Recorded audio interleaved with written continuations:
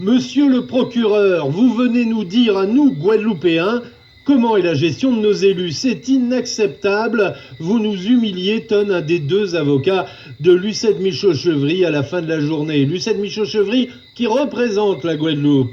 Aux yeux de ces avocats, il faut être guadeloupéen pour juger du comportement délictueux éventuel d'un élu de la République en Guadeloupe.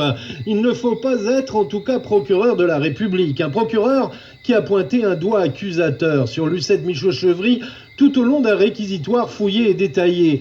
Un procureur qui a prouvé que Lucette Michaud-Chevry était responsable pénalement et civilement en tant que présidente de la communauté d'agglomération Grand Sud Caraïbes. Le procureur de la République a démontré toutes les négligences graves en matière de marché public, du transport, en matière de captage d'eau, de négligence coupable en matière de santé publique, quand les habitants de Gourbert ont ingéré du chlordécone sans le savoir pendant un mois.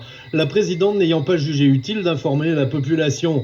Négligence encore dans les pompes de relevage, ces outils d'assainissement qui sont en panne à Basse-Terre depuis des années sous la responsabilité de la communauté d'agglomération. Des pompes qui laissent filer à la mer des dizaines de milliers de litres d'eau polluée avec des coliformes fécaux et autres bactéries qui attaquent l'environnement et les humains.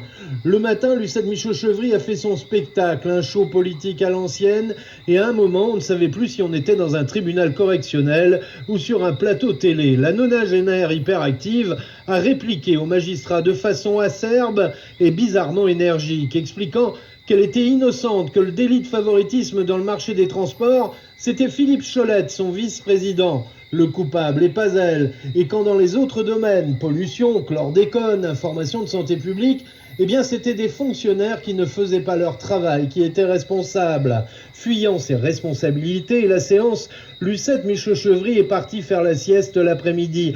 La maire adjointe aux finances de Basse-Terre a donc laissé la place à ses avocats et au procureur de la République, qui a rappelé qu'une civilisation se juge sur deux critères: la distribution d'eau potable à tous les citoyens et le traitement des déchets. On voit ce qu'il en est de la Guadeloupe, a-t-il tonné. Il y a une situation intenable et scandaleuse. Madame Lucette Michaud-Chevry se targue d'une carrière fournie de parlementaire alors qu'elle n'a rien fait. La condamner serait un signal très fort pour mettre fin à cette gabegie. Un élu est responsable pénalement et civilement. Jugement le 19 novembre. Palais de justice de Basse-Terre, tribunal correctionnel, Ronan-Poney, Guadeloupe la Première.